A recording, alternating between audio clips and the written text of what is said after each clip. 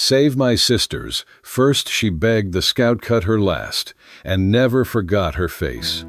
The bullet entered his shoulder the same moment he realized he loved her. Silas Kane had faced Apache warriors, cavalry charges, and winter in the Rockies without flinching. But nothing in his 35 years prepared him for the choice he had to make in Redstone Canyon that October afternoon: save the woman he loved or let justice die with her.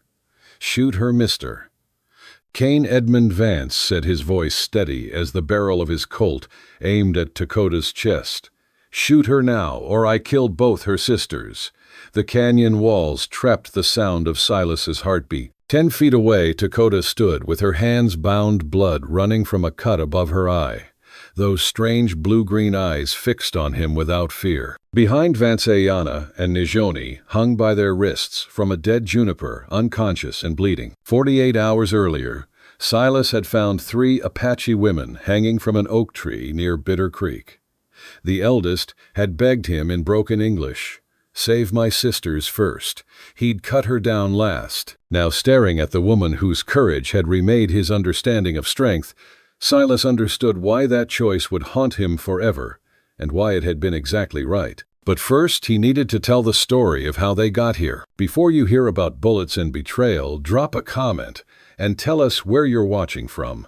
We love connecting with fellow Western story enthusiasts across the globe. 48 hours earlier.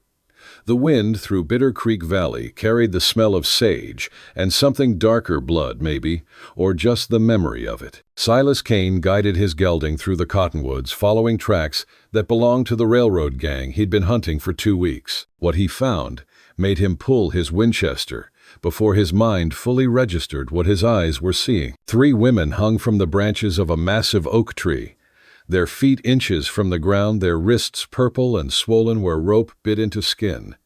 2 were unconscious heads lolling forward. But the third, the eldest, watched him approach with eyes the color of winter sky, impossibly blue against her bronze skin. "Please," she whispered, her voice scraped raw. "Save my sisters first." Silas had seen men tortured by Comanche. He'd pulled soldiers from battlefield carnage. But something about the quiet desperation in her voice, the way she didn't beg for herself, made his chest tighten in a way he didn't understand. "How long?" he asked, already moving toward the youngest girl. "Since dawn." Her English was careful, accented. "They come back at sunset." 4 hours. Maybe less. He cut the first rope, catching the girl as she collapsed. Light as dried grass, her breathing shallow. He laid her in the shade and moved to the second woman. "Your name?" he asked, working his knife through the rope. "Takoda." She paused. "It means friend." He caught the second woman, laid her beside her sister. Then he stood before Takoda, studying her face.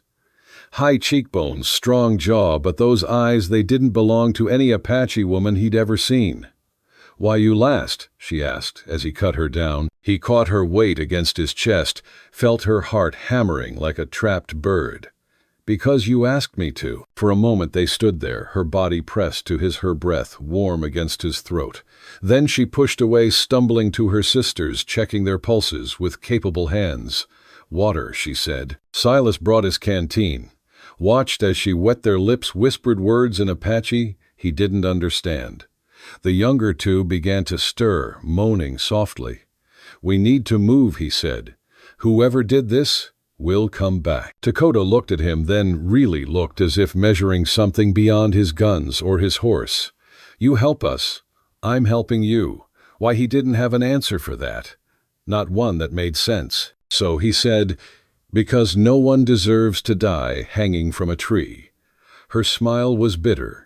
"Many people think Apache do." Silas's cabin sat in a box canyon 3 miles north, built against the rock face where winter wind couldn't reach. He'd chosen isolation deliberately. After leaving the cavalry, too many ghosts in towns, too many questions. Out here, only the wind asked anything of him. The ride had taken an hour, the two younger women draped across his saddle like broken dolls, Takoda walking beside his horse in silence. She hadn't spoken once during the journey, but he'd felt her eyes on him, measuring, calculating, trying to understand why a white man would risk himself for 3 Apache women he didn't know. He dismounted in front of the cabin, a low structure of stone and timber that looked more like part of the canyon wall than something built by human hands. Smoke-stained, weathered, anonymous. Exactly how he liked it. Inside, he said, carrying Nizoni first. She weighed nothing, her breathing shallow and uneven. He laid her on his bed, a simple frame with a cornhusk mattress and wool blankets that smelled of wood smoke and solitude. Takoda followed with Ayana in her arms, moving with a strength that belied her slight frame. She positioned her sister beside Nizoni, with care, adjusting their heads, checking their pulses with fingers that knew exactly where to press. Silas started a fire in the stone hearth, methodical and quick. The kindling caught then the split pine, and within minutes orange light filled the small space, pushing back shadows that had lived there too long. When he turned, Takoda was already moving through his cabin like she'd been there before. She found his medical supplies in the footlocker by the door, bandages, needle, and thread, a bottle of whiskey for cleaning wounds. She set them on the table with quiet efficiency, then lifted his only pot from its hook and filled it with water from his barrel. "You know medicine?" he asked, watching her work. "My mother was healer." She didn't look at him when she said it, focused on the fire, on suspending the pot over the flames using the iron hook. Her hands moved with practiced grace, no wasted motion. She pulled something from a pouch at her waist, dried herbs wrapped in soft leather. Sage, he recognized immediately from the sharp, clean smell. But there were others he didn't know, something that looked like dried root, tiny white flowers crushed to powder leaves that released a scent like rain on hot stone. She ground them in his mortar with the pestle, her fingers steady despite everything she'd endured. The sound, stone on stone, rhythmic and ancient, filled the cabin like a heartbeat. "What is that?" he asked. "Osha root, for infection." She added hot water to the paste, stirring it with a clean stick, and sage for purifying, white yarrow for bleeding. She paused, testing the temperature with her finger. "And something else. Apache name, no English word. My mother call it ghost medicine, for pain that live in body after wound heal." Silas understood that kind of pain. He'd carried it since Shiloh, since watching men he'd led die in mud that swallowed their screams. The fire caught and held, growing stronger. Orange light painted the cabin walls, turned everything warm and close. The temperature rose quickly. Stone held heat, well, one reason he'd built here. Outside, October wind moaned through the canyon, but inside felt almost peaceful. Takoda knelt beside the bed, dipped a cloth in the hot water, and began cleaning Nizoni's wounds. The girl had rope burns on both wrists, bruises darkening her shoulders, a gash above her eyebrow that needed stitching. Silas cleaned his rifle, trying not to watch, but it was impossible. The way Takoda moved, careful, tender, singing something low and rhythmic in Apache that made his chest ache with a loneliness he'd forgotten he carried. The melody rose and fell like wind through grass, no words he could understand, but the meaning was clear. "I'm here. You're safe. I won't leave you." "What is that song?" he asked quietly. She didn't stop working. "Lullaby my mother sing. About rabbit who hide from coyote. About being small but surviving. Your mother teach you healing, everything she know." Takoda's voice was soft. She say, "Takoda, you must learn. Someday people will need you more than they need me." She paused, needle in hand. She was right. Silas saw the tightness around her mouth, the way her jaw clenched when she mentioned her mother. Loss, grief, he knew those shapes well. The younger one, Nizoni, woke first, gasping like she was drowning, her hands clawing at nothing. "Shh," Takoda murmured, catching those desperate fingers, bringing them to her chest. "Nizoni, breathe. You safe now." But Nizoni thrashed, eyes wild, seeing something that wasn't there. "The tree, I'm still, I can't. You're not on the tree." Takoda's voice was firm now, grounding. "Feel my hand, feel the blanket. Smell the sage. You're in a cabin. You're safe." It took a full minute for Nizoni to focus, to see where she really was. When her eyes finally cleared, she looked at Takoda first, then at Silas, standing in the shadows by the door. Fear flickered across her face, immediate, instinctive. Silas understood. To this girl he was the enemy, white male, armed. Every reason to be terrified. "This man help us," Takoda said, switching to English. "He cut us down. He bring us here." Nizoni's gaze moved over him slowly. His worn shirt, his empty hands, the rifle leaning against the wall out of reach. Whatever she saw in his face must have satisfied her, because she nodded once and closed her eyes again. But she kept hold of Takoda's hand. The middle sister Ayana woke next. She sat up slowly, wincing, and spoke rapid Apache that Silas couldn't follow. But he caught the fear in her voice. The way she kept looking at the door, the way her body tensed, like she was preparing to run. Takoda answered in Apache, calm and steady. Then she switched to English, including Silas in the conversation, without asking if he wanted to be included. "She says they're coming back," Takoda translated. "The railroad men. She says they always come back." "Who are we talking about?" Silas asked, though his gut already knew the answer. "The man who owns the valley. Edmund Vance." The name hit Silas like a fist to the solar plexus. He'd heard of Vance. Everyone in New Mexico Territory had. Land baron, railroad owner, territorial senator. A man whose money bought laws and whose laws erased people. Silas had seen Vance once years ago in Santa Fe, surrounded by politicians and lawyers like a king holding court. "What does Vance want with you?" Silas asked, already suspecting the answer wouldn't be simple. Takoda looked at her sisters. Some silent communication passed between them, the kind that only happened between people who'd survived horrors together, who'd learned to speak in glances and breathing. Finally, Ayana nodded, a tiny movement that somehow gave permission.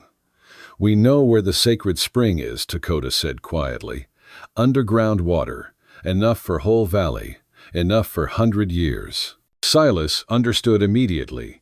Water was currency in the Southwest, more valuable than gold, more fought over than land. Vance's railroad needed water, thousands of gallons for the steam engines for the towns he planned to build, along the tracks for the cattle ranches that would follow.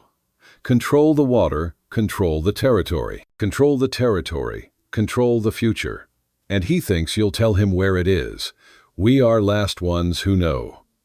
Takoda's voice was flat, empty of emotion in a way that made Silas's skin crawl. 20 years ago, soldiers come to Bitter Creek. Night attack. Kill everyone, men, women, children, elders. They burn lodges, shoot people running. Some they catch, tie up, do other things before killing.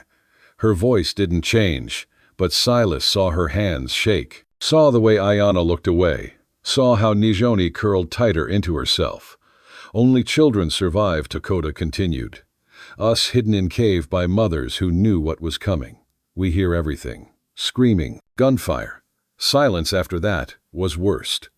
We stay in cave 3 days before we come out. The massacre." Silas had heard stories, the kind soldiers told around campfires when they were drunk enough to forget shame. 300 Apache dead in a single night, most of them women and children. The official report called it a battle retaliation for raids on white settlements. Everyone who'd been there knew it was murder.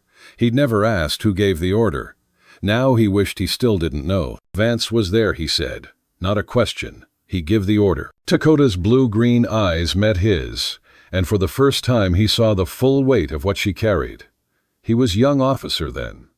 Cavalry lieutenant. He tells soldiers, "Leave nothing alive. Leave no witnesses." But you survived. We were witnesses he didn't know about. Ayana's English was better than Takoda's, her voice bitter. "For 20 years we hide, move from place to place, try to live quiet. But 2 months ago he find us. He remember there were children. He want to make sure we die before we can talk. And before we can stop his railroad," Nizoni added, her voice barely audible. "Sacred spring is under land he want. But spring is protected Apache law, territorial law. Even white man's treaties say so. If people know spring is there, railroad cannot come." Silas felt the pieces clicking together. Vance needed the women dead for 2 reasons: to hide his war crime and to steal water that would make him millions. "Why not just shoot you?" he asked. "Why torture you first?" The 3 women exchanged glances again. This time the silence stretched longer. Finally Nizoni spoke, her English halting but determined. Because there's something sister doesn't tell you. It doesn't matter. Takoda cut her off sharp as breaking glass. But the way she wouldn't meet Silas's eyes told him it mattered very much. Tell me, he said quietly. No. Takoda stood abruptly, moved to the window, stared out at darkness. Her shoulders were rigid, her hands clenched into fists. Is not important for you. If it affects whether Vance's men come back tonight, it's important. Silence. Outside wind rattled the shutters. Inside the fire crackled and popped, sending sparks up the chimney. Ayana spoke then, her voice gentle. Sister, he save our lives. He deserved to know. Know what? Takoda's voice was harsh. That I am monster, that my blood is poison. No. Better he think we are just Apache. Better he. What are you talking about? Silas crossed to her, turned her to face him. Her eyes were wet with unshed tears. Her face twisted with something that looked like self-hatred. What do you mean, monster? She jerked away from his touch. You want to know why they torture us, why they hang us on tree instead of just shooting? Because Vance want to make sure I tell him where Spring is before I die. Because I am. She stopped, started again. Because he think I owe him. Think because he make me I belong to him. The words hung in the air like smoke. Silas felt something cold settle in his gut. Make you? Takoda laughed, a sound like glass breaking. You see my eyes. Yes, you see they are wrong. Not Apache. That is because he's her father, Ayana said quietly. Edmund Vance is Takoda's father. The world seemed to tilt sideways. Silas looked at Takoda, at those impossible blue-green eyes, at the way she held herself, like she was waiting for him to recoil in disgust. And everything suddenly made terrible sense. 20 years ago, he said slowly, at the massacre. My mother was beautiful, Takoda said, her voice dead. He saw her, wanted her, took her, while his soldiers killed her family. 9 months later, I was born with his eyes. Everyone knew.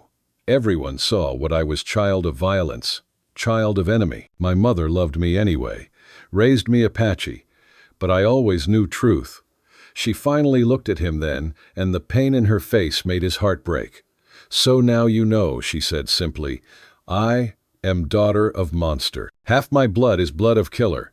That is why they hang us on tree, so he can ask his own daughter where the water is before he erases mistake. Silas stood frozen, trying to process what he'd just heard. Takoda, this brave, fierce woman who'd begged him to save her sisters first, was the daughter of the man who wanted her dead. That doesn't change anything, he heard himself say. She stared at him. What I said, it doesn't change anything. He moved closer, ignoring the way she flinched. You're not responsible for how you were born. You're only responsible for who you choose to be. And from where I'm standing, you chose to protect your sisters. You chose to survive. You chose to be nothing like him. Tears spilled down her cheeks, then hot and fast. You should hate me. I don't. You should leave us. Go back to your life. Forget you ever. I won't, he said simply. Outside, far away, but getting closer, they heard it, the sound of horses. Multiple horses moving fast through the canyon. Vance's men were coming. They ate in silence, jerky tough, as leather cornbread that crumbled dry in the mouth, coffee so strong it could wake the dead. Silas had learned to eat without tasting during his cavalry years, fuel for the body, with no pleasure attached. But tonight he found himself watching Takoda across the rough-hewn table, the way she tore small pieces of bread and fed them to Nizoni, who was still too weak to sit up fully. Outside, darkness fell like a stone dropped in deep water. With it came the temperature drop that October nights brought to high desert country, 40 degrees. In an hour, cold enough to kill anyone caught unprepared. The canyon walls held some warmth, but Silas could feel the chill creeping through gaps in the doorframe, through the spaces where mortar had cracked between stones. He fed the fire again, watched sparks spiral up toward the smoke hole in the ceiling, listened to the wind beginning its nightly song through the rocks, low at first, then rising to a keen that sounded almost human. Storm coming, Ayana said quietly, her eyes on the door. Big one. Maybe 2 days. How can you tell? Silas asked. She tapped her temple. Old wound. Metal still inside. It no weather before sky does. Silas saw the scar, then nearly hidden by her hair, a puckered line above her left ear, where something had grazed her skull and somehow failed to kill her. Shrapnel, maybe. Or a bullet that had loved her enough to only kiss her and move on. Cavalry or civilian, he asked. Does it matter? Her voice was empty of accusation, just stating fact. White men with guns, they all look same when they're shooting. He couldn't argue with that. When the meal was finished, such as it was, Silas cleared the tin plates, scraped them clean with sand from the bucket by the door. Takoda watched him with curiosity, as if surprised that a man would do such work without being asked. You live alone long time, she observed. 6 years. No wife, had one once. He didn't elaborate. Didn't mention how Sarah had died of cholera on the trail west, how he'd buried her in soil too hard to dig deep, how sometimes he still heard her voice in the wind. Some griefs were too private for sharing even with a woman whose eyes seemed to see straight through his walls. Takoda nodded understanding without needing details. Alone is easier, she said. No one to lose. Also, no one to live for, Silas replied. She looked at him, then really looked, and something passed between them. Recognition, maybe. Two people who'd survived by cutting away pieces of themselves until only the essential remained. Silas showed them how to load his spare Winchester, pulling bullets from his dwindling supply and demonstrating the mechanism. Ayanna learned quickly, her hands confident, despite the tremble from exhaustion. But Takoda handled the rifle like she'd been born holding one. Her fingers knew exactly where to grip, how to brace the stock against her shoulder, where to place her cheek for proper sight alignment. She worked the lever action smooth as silk, chambering and ejecting rounds without fumbling. You've done this before, he said. Not a question. We Apache, she replied, her English slipping when she was tired. We always fight. Who taught you? She was quiet for a moment, running her thumb along the rifle's barrel. My mother's brother. He was warrior before they break his hands. Make sure he never hold weapon again. Her voice was flat. He teach me with sticks first, then real guns when I was 12. He say, Takoda, you must be strong. You must protect sisters when I am gone. Where is he now? Dead. 5 years. They find him in Santa Fe, say he steal horse. Hang him from bridge. She looked up, met Silas's eyes. He never steal anything in his life. But they need Apache to hang, so they hang him. Silas felt the familiar weight of shame that came from wearing the same skin as monsters. I'm sorry, he said, knowing the words were inadequate. Why, you didn't kill him. My people did. You are not your people, she said, and the words felt like absolution he didn't deserve. Just like I am not mine. Before he could ask what she meant, Nizoni called out softly from the bed, asking for water. Takoda moved immediately graceful, despite exhaustion, lifting her sister's head and holding the cup to her lips. Watching them together, the fierce protectiveness, the gentle touch, Silas felt something shift in his chest. A loosening of the knot he'd carried since Sarah died, since he'd decided that caring for anyone was a luxury he couldn't afford. Get some sleep, he said, more to distract himself than from any tactical need. I'll keep watch. But Takoda shook her head. I sit with you. You need rest. I need to know my sisters are safe. Her tone left no room for argument. You watch outside. I watch inside. So they sat on opposite sides of the door as the fire burned low coals glowing like dragon eyes in the darkness. Silas faced the canyon, his Winchester across his knees, ears tuned to every sound the night offered: wind, the distant yip of coyotes, the soft hoot of an owl hunting. Takoda faced the interior, watching over Ayanna and Nizoni as they slept, her own rifle close at hand. Silas learned the sound of her breathing, slow and deep, controlled like someone who'd trained themselves not to make noise, even while sleeping. He learned that she hummed when she was thinking, a melody so quiet he almost missed it, something old and wordless that made his throat tight. He noticed how her fingers never stopped moving, braiding and unbraiding a strip of leather she'd pulled from her dress, a nervous habit that made her seem younger than her years, more vulnerable than she'd allow anyone to see. An hour passed. Then 2. The fire died to embers. The cold deepened. Why you cut me last? She asked into the darkness, her voice barely louder than the wind. Silas turned his head slightly enough to see her silhouette against the dying firelight. You know why. Say it. He could have deflected. Should have, probably. But something about the darkness, the isolation, the fact that they might both be dead by morning, it made honesty easier. Because you asked me to, he said, because you cared more about them than yourself. Because he stopped unsure how to finish, without revealing too much. Because what she pressed.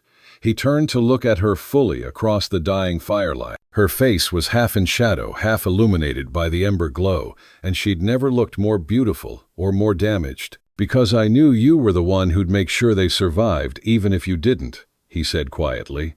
The strongest person isn't always the one who fights loudest. Sometimes it's the one who's willing to hang on a tree an extra hour so her sisters can be cut down first. She was quiet for so long he thought she wouldn't answer. The wind outside rose to a howl, then dropped away to nothing. In that pocket of silence her voice came soft and broken. You are right. I am not worth saving. That's not what I said, but is truth. Her voice was so soft he almost missed it, had to lean forward to catch the words. I am child of enemy. My blood is wrong. Every time I look in mirror, I see his eyes looking back. Every time my sisters look at me, they remember what was done to our mothers. I am walking reminder of worst thing that ever happened to them. Takoda, no. She held up a hand, stopping him. You don't understand. In a patchy way, blood matters. Family matters. But what if your blood is poisoned? What if family you belong to is family who destroy your people? Silas wanted to argue to tell her she was wrong, but before he could find the words, the sound of horses carried through the canyon. Distant but unmistakable multiple riders moving at a careful walk, trying to be quiet and failing. In an instant, everything changed. Ayana sat up on the bed, instantly alert despite her injuries. They're here, she whispered, her voice cutting through the darkness like a blade. Silas was already moving, grabbing his rifle, checking the load by touch in the darkness. How many? 2, maybe 3, Takoda said, already crossing to the bed to wake Nizoni. Her movements were calm, efficient, no wasted motion, no panic. This was a woman who'd lived with danger so long, it had become routine. Scouts. More will come if we don't stop them. Can you shoot, Silas? Asked Ayana. She picked up the Winchester he'd given her, worked the action once to confirm it was loaded. Yes. Then cover the window. Anyone comes through, put them down. What about me? Nizoni asked, struggling to sit up despite her weakness. You reload, Takoda said firmly, pressing spare ammunition into her hands. You keep us alive by keeping guns ready. Understand, Nizoni? Nodded jaw, set with determination that belied her pale, pain-drawn face. The hoofbeats were closer now. 50 yards, maybe less. Silas could hear voices low and male speaking English with the casual cruelty of men who thought themselves safe. Told us they'd be easy pickings, half dead already. Vance wants the bitch alive, remember? The one with the eyes. Silas felt Takoda stiffen beside him at those words. Saw her jaw, clench, her fingers tighten on her rifle. But her voice when she spoke was steady. I take left, she said. You take right. Takoda, no time for discussion, cavalryman. They come. What happened next happened fast, compressed into seconds that would replay in Silas's memory for years, with perfect clarity. 2 men rode into the canyon mouth, cocky and careless, not expecting resistance. They were young, early 20s maybe, with the swagger of men who'd been told they were invincible and had never been proven wrong. Both carried rifles across their saddles, but neither had them raised. Fatal mistake. Silas shot first, his bullet taking the left rider through the chest before the man even knew he was in danger. The impact lifted him backward, dropped him clean from the saddle, dead before he hit the ground. The second rider reacted fast, yanked his horse around, reaching for his gun. But Takoda was faster. Her knife left her hand with the kind of precision that came from years of practice, from muscles that had thrown that same blade thousands of times until the motion was as natural as breathing. It caught him in the throat, exactly where the windpipe met the collarbone, and he made a sound like a broken bellows, wet, gurgling, desperate. He fell backward, hitting the ground hard, his horse bolting into the darkness with empty stirrups flapping. For 3 heartbeats, nothing moved. Then Takoda was walking toward the fallen man calm, as morning completely exposed in the open canyon. Silas wanted to call her back, but something in her posture told him this was necessary. Some ritual of confirmation he didn't understand. She knelt beside the dead man, pulled her knife free with a wet sound that made Silas's stomach turn, wiped it clean on the corpse's shirt. Then she rifled through his pockets with methodical thoroughness, pulling out coins, a tobacco pouch, a pocket watch, and a folded paper. She stared at it for a long moment, her face unreadable in the moonlight. Then she walked back to the cabin and handed it to Silas without speaking. It was a letter, good paper, the kind that cost money. Edmund Vance's handwriting. Silas recognized it from wanted posters he'd seen, from the flowing script that marked a man educated back east. The words made Silas's blood run cold. Colonel Pike, find the 3 women last seen near Bitter Creek. The half-breed is priority. Kill her first, she's the evidence that ties me to the massacre. The other 2 can be dealt with after we extract the location. Make it look like raiders. Leave Apache signs. You know the drill. Burn this after reading. Vance. Silas read it twice, his hands shaking with rage he hadn't felt since the war. When he finally looked up, Takoda was watching him with those impossible blue-green eyes, waiting for the disgust, the rejection, the confirmation that she was exactly the monster she believed herself to be. What does half-breed mean, he asked, though some part of him already knew the answer. Takoda's face became stone. No emotion, no movement, carved from the same rock as the canyon walls. Behind her, Ayana started crying, quiet sobs that shook her shoulders. And Nizoni, young, fierce Nizoni, looked at Silas with eyes full of old pain and said what her sister couldn't. She's his daughter, Vance's daughter. The words hung in the air like smoke after gunfire. Silas looked at the letter in his hands, at the dead men in the canyon, at Takoda standing before him with her spine straight and her chin raised, waiting for him to turn away from her like everyone else had. Instead, he did something he'd never expected. He reached out and pulled her into his arms.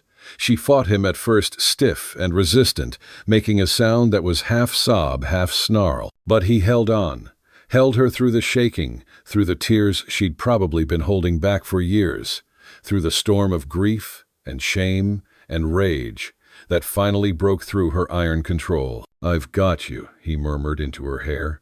I've got you, and I'm not letting go. Outside, thunder rumbled in the distance. The storm Ayana had predicted was coming. But inside the cabin, something else was beginning, something that felt like hope, fragile as new fire, but growing stronger with every breath. The silence that followed was absolute. Even the wind seemed to hold its breath. Takoda stood with her back to them, all staring at the dead man, as if he might rise and accuse her. When she finally spoke, her voice was empty of everything: anger, fear, hope. 20 years ago, Edmund Vance led cavalry to Bitter Creek. I was 6 years old. My mother was beautiful. He saw her, wanted her. When she refused, she stopped, started again. When I was born, I had his eyes. Everyone knew. My mother loved me anyway, raised me as Apache. But I always knew. Takoda. Ayana started.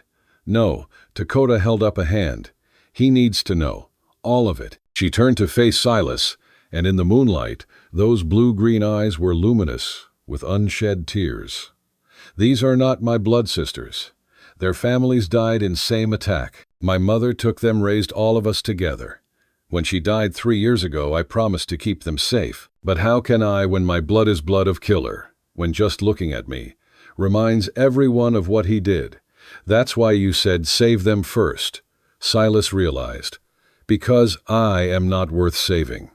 I am his sin made flesh. The words hung in the air like smoke. Silas stood slowly, crossed the small space between them. Takoda didn't move, didn't blink, just watched him come like a woman waiting for judgment. He stopped close enough to feel her breath, to see the firelight caught in those impossible eyes. You are not his sin, he said quietly. You are your mother's courage. Her face crumpled. You don't understand. I understand exactly. He reached up, cupped her face in his rough hands. You think because your father was evil you carry his darkness. But you're wrong. Everything you've done, every choice you've made, protecting your sisters, surviving, refusing to break, that's all you. That's all her. He gave you nothing but eyes. She gave you everything else. He wants me dead, to erase what he did. Then we make sure that doesn't happen. Why? The question broke on a sob. Why would you risk yourself for me? He didn't have words for what he felt, this fierce, aching need to stand between her and every cruelty the world had shown her. So he did the only thing that made sense. He kissed her. Her lips tasted like smoke and salt, and something wild he couldn't name. For a heartbeat, she froze. Then she kissed him back with a desperation that made his knees weak, her fingers tangling in his hair, her body pressed against his, like she was trying to crawl inside his skin. When they finally broke apart, both breathing hard, she whispered against his mouth, "I should have told you before." Told me what? That I love you. It was impossible. Insane. They'd known each other less than a day. But Silas had learned long ago that truth didn't follow timeline. "Then we have something to fight for," he said simply. Behind them, Ayanna cleared her throat. "That's beautiful. Really. But Vance is coming, and we need a plan." Which brought them to now. To Redstone Canyon, to Edmund Vance's gun, aimed at Takoda's heart, to the choice that would define everything. "Shoot her," Mr. Kane Vance repeated. "Or watch her sisters die." Silas looked at the man who had destroyed lives for profit, who had created Takoda through violence, and now wanted to erase her to hide his shame. Behind Vance, his 4 remaining men held their positions, 2 with rifles, 2 with revolvers. Professional killers, all of them. The smart play was to shoot Takoda. 1 life for 2. The kind of calculation Silas had made 100 times in the cavalry. But this wasn't war. This was love. And love didn't follow tactics. Silas lowered his gun. "No," he said quietly. Vance's eyebrows rose. "Excuse me, I'm not shooting anyone. If you want them, you'll have to go through me." For a moment, Vance looked genuinely surprised. Then he laughed, a harsh, ugly sound. "You're willing to die for an Apache half-breed. A woman you just met? I'm willing to die for the woman I love," Silas corrected. "Doesn't matter how long I've known her." Takoda made a sound, half sob, half laugh. Despite her bound hands, despite the blood and fear, she stood straighter. "Thank you," she said softly, "for seeing me. Always will," Silas promised. Vance's face darkened. How touching. Pike Daniels killed them all. The canyon exploded into gunfire. But Vance had made one critical mistake. He'd assumed Ayanna and Nizoni were helpless captives. In truth, Takoda had cut their bonds hours ago, and they'd positioned themselves on the canyon rim while Vance monologued. 2 shots rang out from above. Pike and Daniels dropped neat holes in their chests. The remaining 2 men spun, confused, trying to find the new threat. Silas used their distraction, dropped one with his Colt. Takoda somehow freed her hands, grabbed the fallen man's gun, shot the last guard through the shoulder, which left only Edmund Vance. He grabbed Takoda, used her as a shield, his gun pressed to her temple. "Don't move, Kane. Don't you dare move." Silas froze, his Colt aimed but useless. "You think you won," Vance hissed. "You think killing me changes anything? I'm a territorial senator. I have friends in Washington. The law is mine." "The law may be," Takoda said quietly, "but not justice." In one fluid motion she drove her elbow into Vance's ribs, twisted out of his grip and buried her mother's knife, the one she'd carried for 20 years, deep into his chest. He staggered, backward, eyes wide with shock. Blood spread across his white shirt like a flower opening.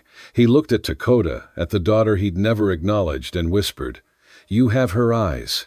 Then he fell. The bullet that had been meant for Takoda went wide, caught Silas in the shoulder instead. He grunted, stumbled, but stayed on his feet. Takoda was there immediately, hands on his face. No, I'm fine," he managed through gritted teeth. "Just a scratch. Liar. Maybe," he smiled through the pain. "But I'm alive. We're all alive."